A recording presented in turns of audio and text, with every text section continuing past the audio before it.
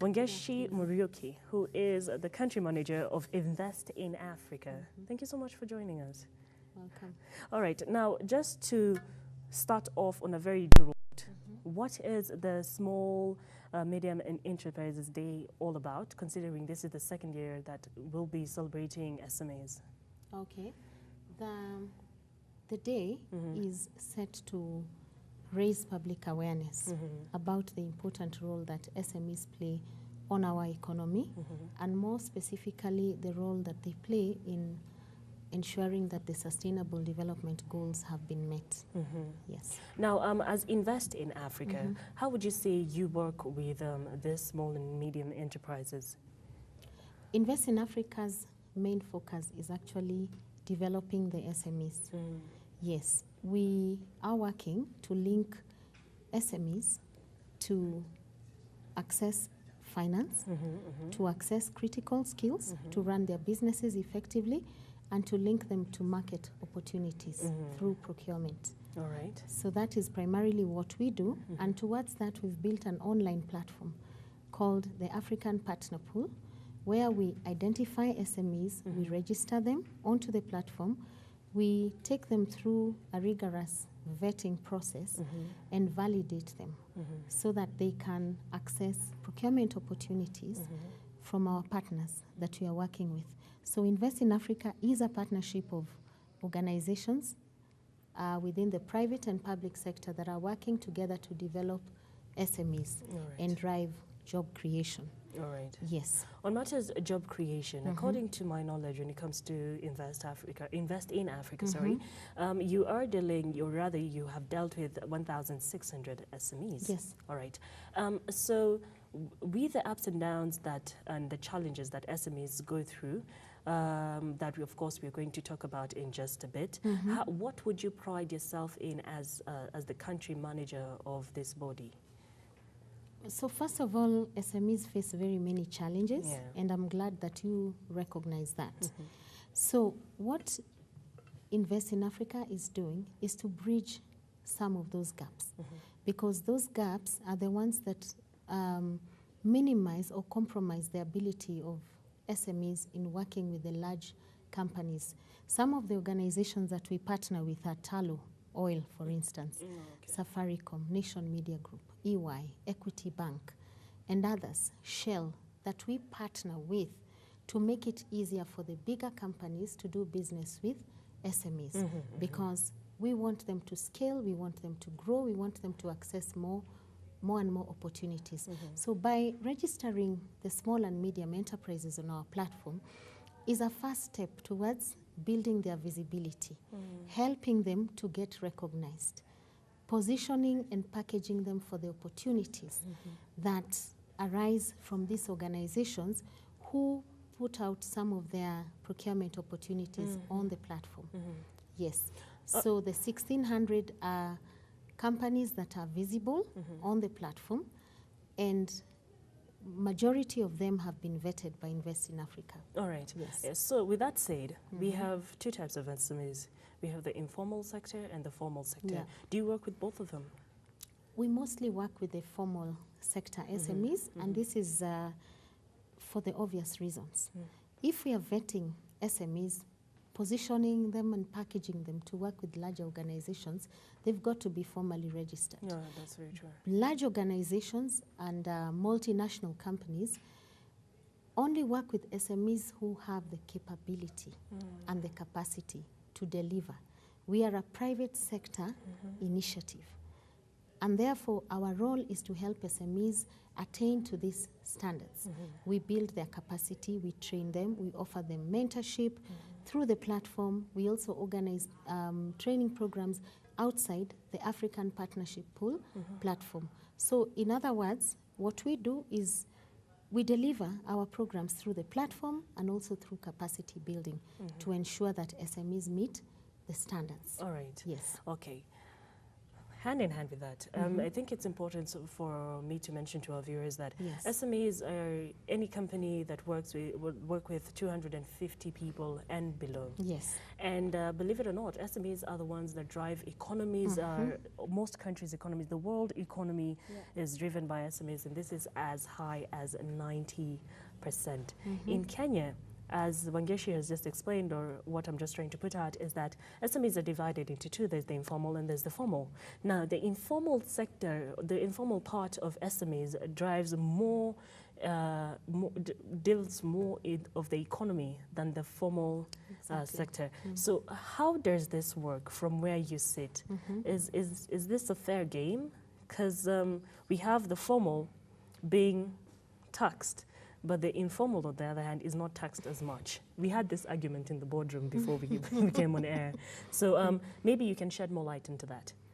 Okay, I think that's a pretty good observation. Why do we have many informal SMEs? Because that's the easiest thing to do. Formalizing a business means registering a company.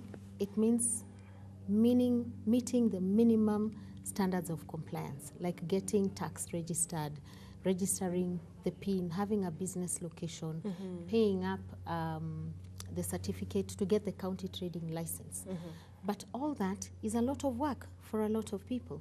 How do people start a business? In this country, most of it is maybe people who have been retrenched, or you have completed school and you have nothing else to do, or they even lack formal education.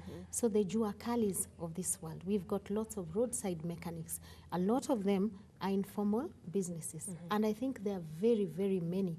The Micro, Small and Medium Enterprises Authority is making the first attempt to formalize these businesses because they will not be taxed because they cannot be traced. It's as simple as that. As much as they're driving the economy. As much as they're driving the economy.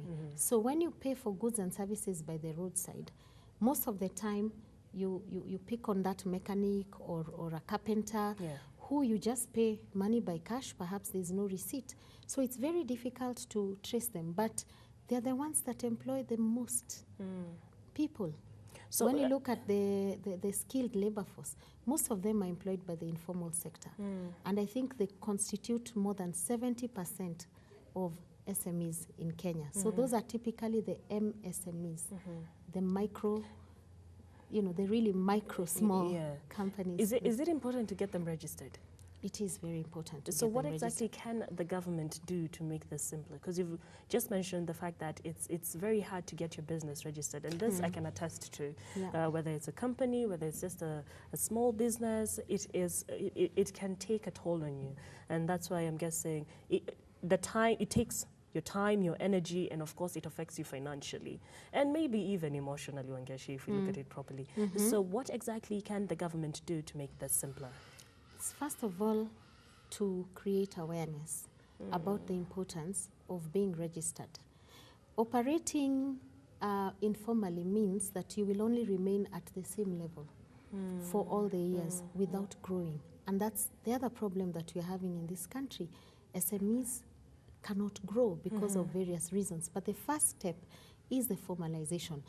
Let me say one of the achievements of government towards that is the formation of the MSEA body that is attempting to help these SMEs to register. There are associations. The government could support, for example, there's the Association of the Juakali, to help them to come together under certain umbrella bodies that will create awareness, generating platforms for them to understand why it is important for them to be registered. And obviously, training them on the importance of paying up their taxes, because informal businesses cannot qualify for finance. They'll miss out on opportunities. They can't work with big companies. They can't. Yes, but of course we must also recognize that that's usually the first step, first stage towards creating a business. All right.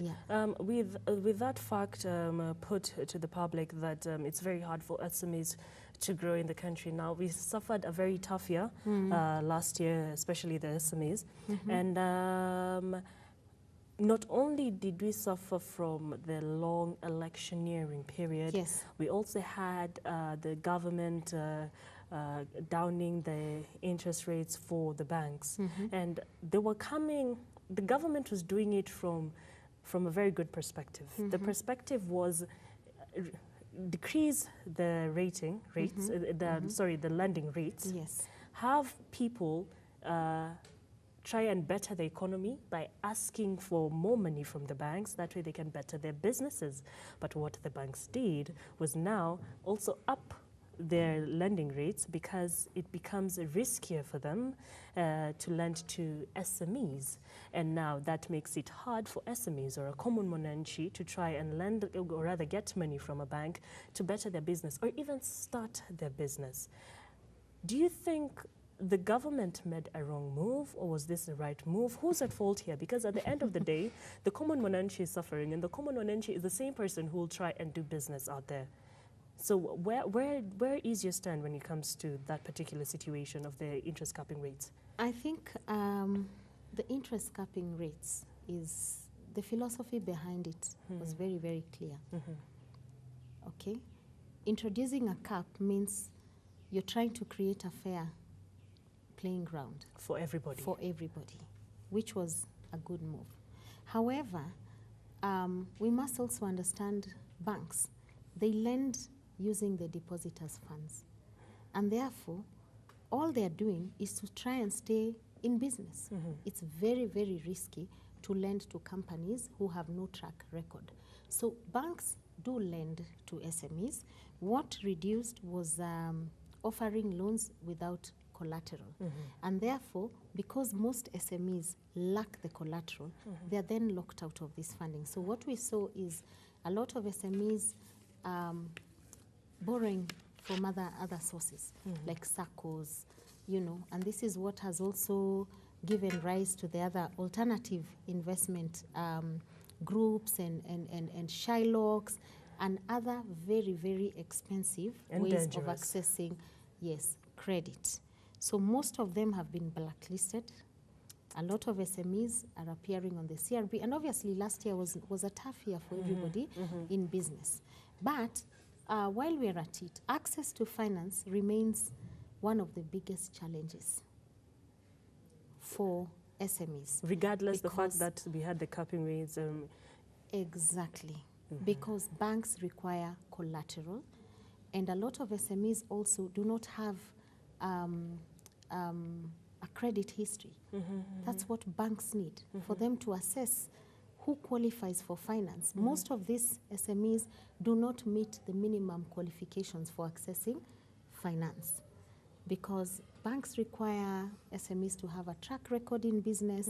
You know, they need to have conducted business for a certain level, and this is all because of the risk element. It's not for any other reason. It's not personal. So yes, it is not personal. So we've had a lot of forums to try and demystify the issue of access to finance. And one of the conclusions have been that there is supply of money. Banks are offering financing, but it's not useful to SMEs who don't meet the criteria. So towards that, I know that the government is setting up a credit guarantee scheme to support the very small companies, the typical MSMEs, to be able to access finance, because someone has got to take the risk off the banks. Yes. But as we speak, there are also SMEs who have qualified, who have benefited from financing, but they've got to be of a certain scale.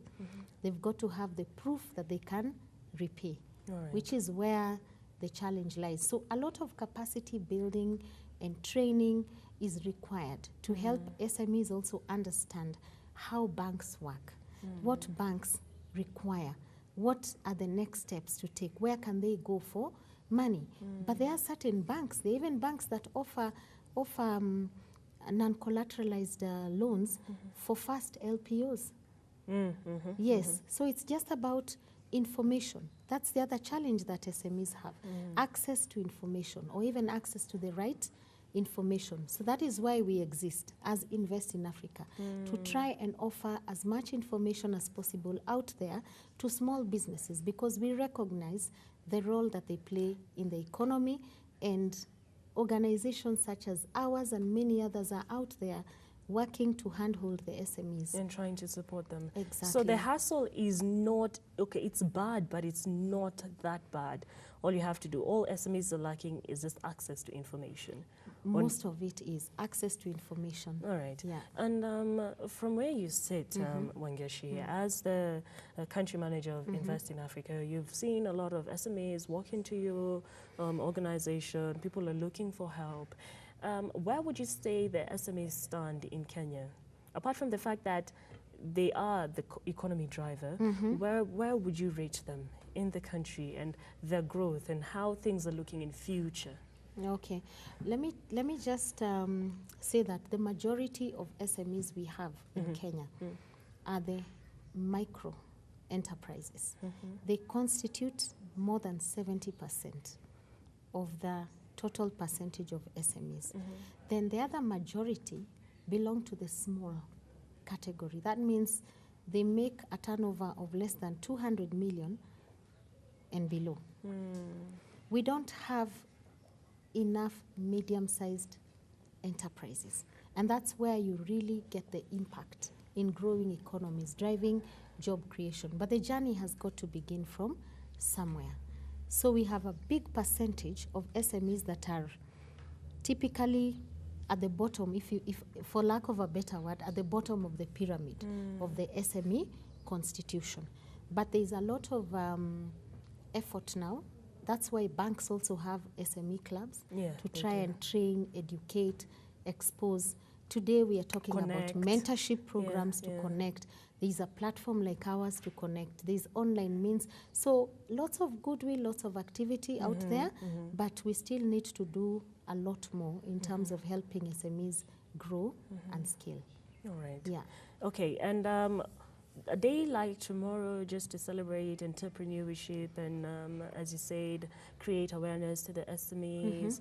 Apart from those two reasons, what are we set to see as the world, and not only Kenya, that celebrates SMEs Day?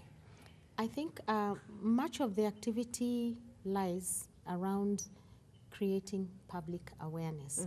So we expect to see lots of research findings, you know, information about the impact of SMEs on the world economies, the challenges and how they are being addressed, showcasing, you know, successful stories, because we've got lots of success stories around the world on how SMEs are driving economies and how they're contributing to poverty alleviation. Yeah. All right. Any last words, Wangechi? Well, I must say that we really have to support SMEs in this country. Invest in Africa is just one out of the organizations that are out there who really care about supporting SMEs and their growth. For those SMEs that are out there, in case there are, who are looking for opportunities, wondering how they can do business with larger organizations, we've got a platform called the African Partner Pool Platform, or the APP, which is very simple to access. All SMEs need to do is to log on to www.appkenya.com, register, set up an account, go through the journey of being validated. And that's where you start your journey with us towards accessing more opportunities, accessing skills, and also accessing finance. All right. Yes. And I said last words, but I forgot to ask you one last question on Matters challenges. I've written down some challenges that, according to my research, are the reasons why SMEs are not as successful as they're supposed to be. Now, there's inadequate capital is what we have mainly touched on. But what does your training or what does your advice lead the SMEs when it comes lead the SMEs on, or what type of advice would you give them when it comes to matters limited market access, poor infrastructure, and we've spoken about inadequate knowledge and skills. So when it comes to limited market access and poor infrastructure, how exactly what role do you play in supporting the SMEs when it comes to these particular challenges? Yes.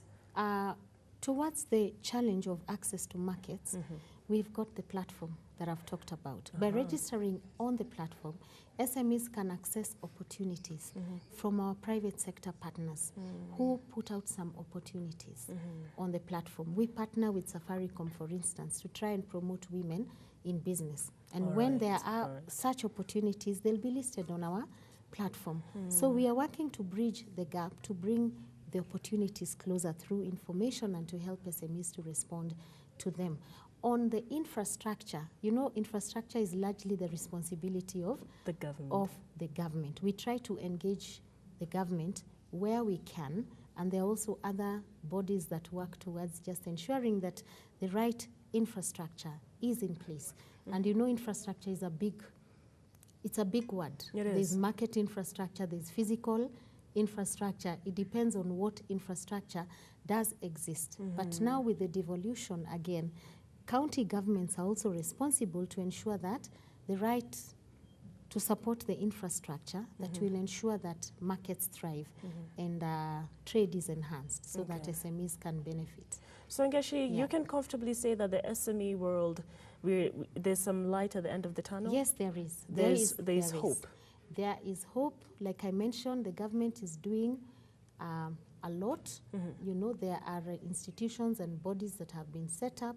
I think banks are ready, Invest in Africa is there, and there are very many bodies that are working towards the same thing. All right. Yeah. Then I think the problem is there's not much awareness. Yes. The rights and the knowledge about SMEs needs more visibility. Oh, yes. All right. Sure. And 27th of June is the day that SMEs are celebrated, just to celebrate entrepreneurship and raise awareness when it comes to matters business and small, medium enterprises. Thank you very much, Wangechi, for coming in. That was a very informative interview, and we do appreciate you right here in Business Inside.